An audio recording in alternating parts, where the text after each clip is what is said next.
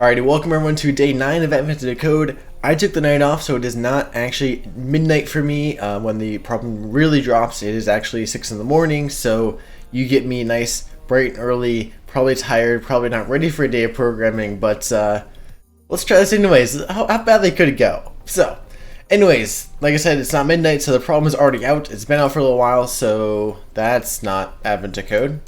This is Advent to Code. Alright, day 9. With your neighbor happily enjoying their video game, so you turn your attention to an open Delta port on the little screen in the seat in front of you. Though the port is non-standard, you manage to connect it to your computer through a clever use of serial paperclips. Upon connection, the port outputs a serial of numbers. The data appears to be encrypted with the Exchange Masking Addition System, Xmas, nice. Which conveniently for you is an older cipher with important weaknesses. The Xmas starts by transmitting a preamble of 25 numbers. After that, each number you receive should be a sum of any of the 25 immediately previous numbers.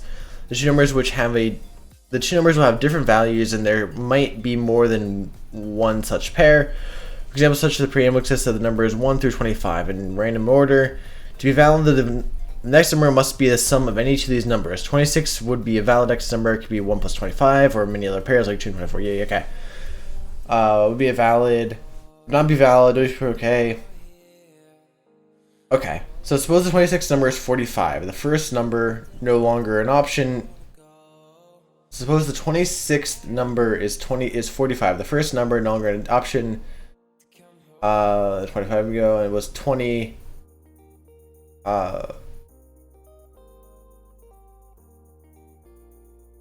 Oh, it was 20. Now for the next number to be valid, it needs to be a sum of the pairs. Wait, suppose the 26th number is 45. The first number, no longer an option, as is more than 25 numbers ago, was 20. Now for, oh, okay, I see. I gotcha. Okay. So this includes the 25th number? Alright, so in this example, after the 5 number preamble, almost every number is the sum of the two previous numbers. The only number that does not follow this rule is 127. The first step is attacking the weakness, and the X was to find the first number in the list, which is not the sum of the two. Okay. Alright, so I think I'm understanding this right. This one I'm struggling to understand a bit. So, wow, those are big numbers. Okay, so what we need to do is we need to basically keep a kind of a list of the 25 numbers in previous. So, what we need to do for 9 is first we need to do we need an index. We're going to start this index at 0. And we're going to do while, we do need a list of integers containing the previous 25, new array list here. And so what we're going to do while this previous 25 size is less than 25. So we're going to go until we get to 25 here. We're going to do previous 25, add integer %, input get oh my, the typing is hard this morning, chat. Input get index, and then we'll go ahead and just increment index. And then what this should do is this should go through and basically go through our inputs and add the first 25 numbers into our previous 25 that we have here. Once we do this, now what we need to do is we need to actually just do a straight up for loop. So for int I equals index while I is less than input dot size I plus plus. I probably could have done this inside of one for loop, but actually it's probably better to make this a for loop. So for int index equals 0 while index is less than 25 index plus plus. This is probably a better solution here. Maybe we could set this to be 25 because that's what it'll end on. So now we have this for loop, which all we need to do here is we need to basically get the number. So int num is going to equal input integer parse. Got parse this first. Integer parse int at input get I. So now we have a number. Now what we need to do is we need to go through the previous 25 and try and find two numbers to which add up to this number. So we can do this by going back to what we did in day 1. So if you remember day 1 at all, we had basically this sort of similar problem where we had the input and we needed to find 3 numbers that added up to 2020. We can do this exact same system. If I can literally copy paste these for loops here. This is not I, this is going to be J and K. You remember that. J, J, J. And this is going to be K. K, K, K. Sorry, this is J though. And so these aren't going to be, yes, they're going to run for the input length. Okay. But J here is going to start at I though. So, there we go. So now what we need to do is we need to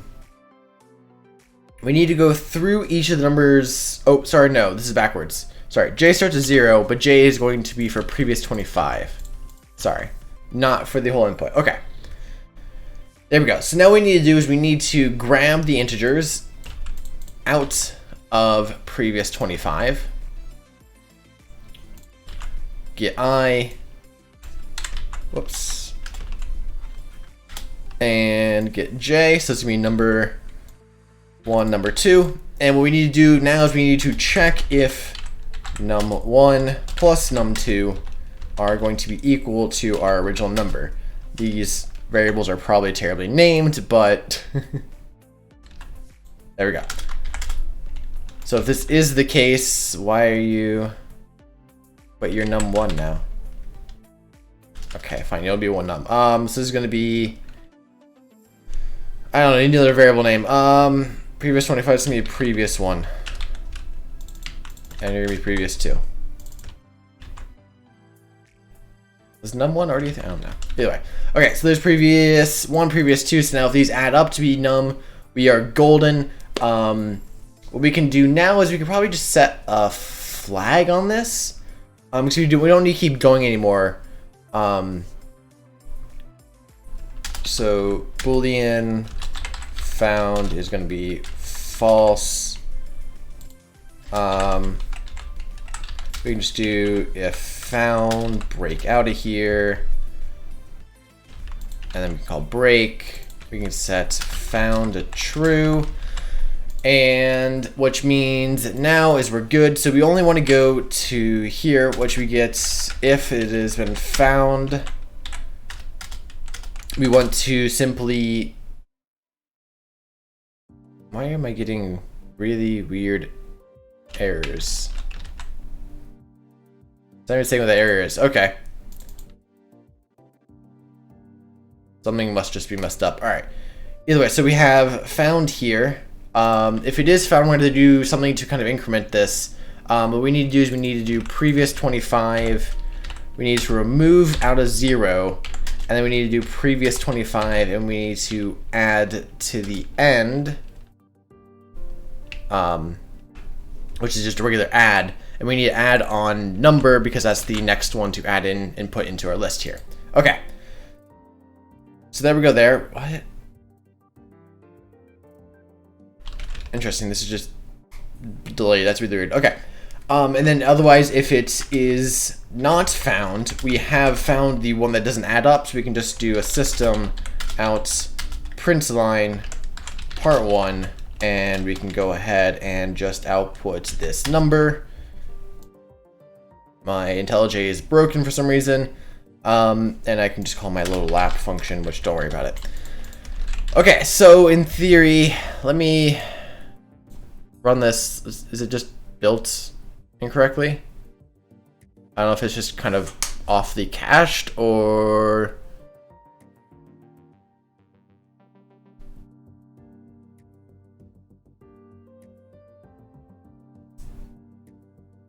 Integer cannot be... Oh, is previous 25... Oh, it's listed integers. I don't need to do this. Never mind. I don't need to do that. That was interesting. Just give me an error there. There we go. Now we're good. All right, now let's try to run this. All right, so we get array index out of bounds exception index 25, size 13.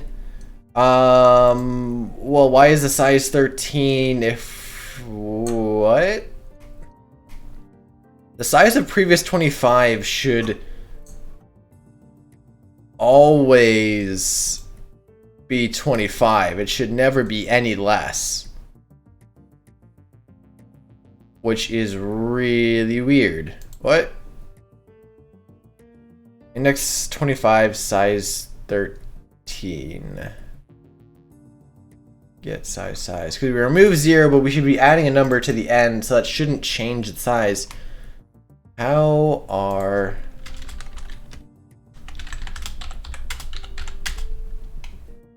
Oh, because there can be duplicates, but that shouldn't matter. That should have been fine. Previous 25 size. Why are we getting index out of bounds exceptions? It's a size of 13. How the heck are you a size of 13? Oh, we still have an x++ in there. My bad. I forgot to remove that from our while loop. That'd be why. We're double going up. Index 25, size 25. Good. So now the only issue is why are we getting... It'd be from this, right? But that shouldn't do that. Because we're going I, we want to go J and K. Now we good? There we go. Okay. It's finding a lot of them, which is not right. It should be... Oh, wait. We want to find the first. Right. And break. Right. We only care about the very first number, which is going to be this one, which we can go ahead and try and put this in as our puzzle inputs. And there we go. Hey! Again, I'm waking up. It took me a little longer than it would normally, but anyways, part 2. The final step breaking the XMS encryption relies on the invalid number you just found. You must find a contiguous set of at least 2 numbers in your list, which sum to the invalid number from step 1. From 15 to 40 produces the invalid number from step 1, 127. To find the encryption weakness, add together the smallest and largest number in this contiguous range. Wait. From 15 to 40 produces the invalid number from step 1 of 127.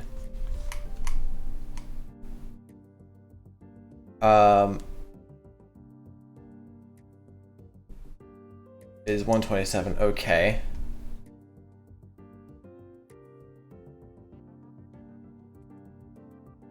So we need to find, oh, wait, what? It's a contiguous set of at least 2 numbers? Okay, so there's part 1 down. So now we're on to part 2. So we have our bad number. So we're gonna have to set this up here. So we need to have int bad number. Whoops. And what we do here is we set bad number to num. Okay, so now what we have to do is we have to go through this list and we have to figure out what numbers add up to this. So we're gonna save the index. Bad num index. I have this, right? Num. Because the number here is I. Yes, so I have where the bad number index occurs. So bad index equals I. Alright, so we have the index which this bad number occurs. So what we can do is we can basically brute force this again in a sense to try and just add every single number up and do it that way. So this is going to be a little weird. So we're going to do another double for loop. Was this outside the... Yes, okay. So we're going to need to start for int I equals 0. While I is less than the bad number index, I++. Actually, it's going to be bad number index minus 1, because it has to be a contiguous set of 2. So it's actually be less than 2.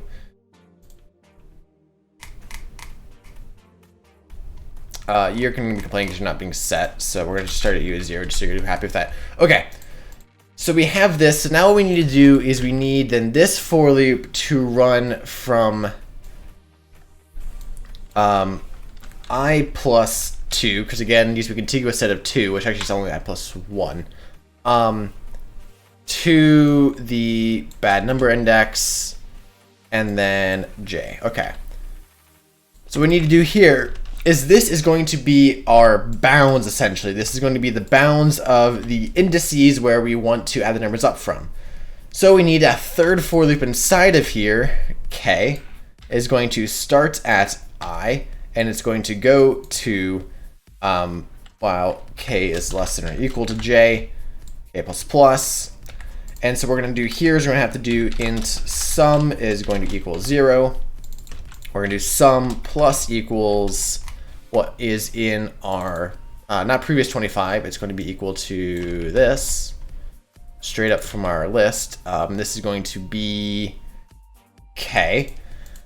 And we're going to sum all this up, and then when this is complete, we need to check if sum is equal to our bad number. How's when this is inputted? What is the define the encryption weakness? Add together the smallest and largest number in this encryption range.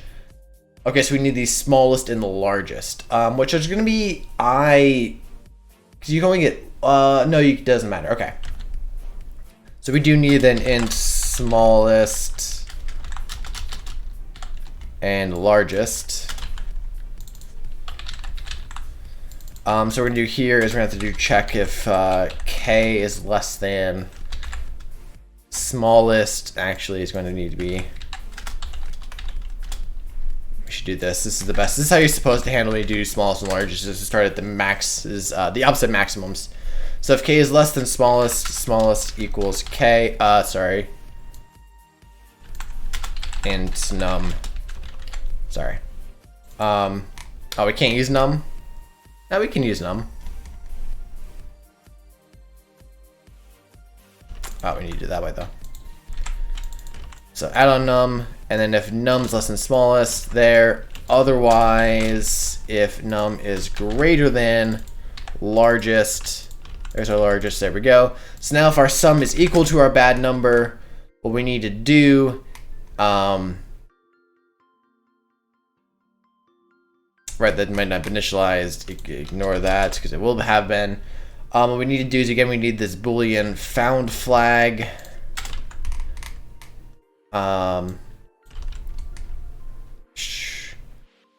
So we can actually just break out of here.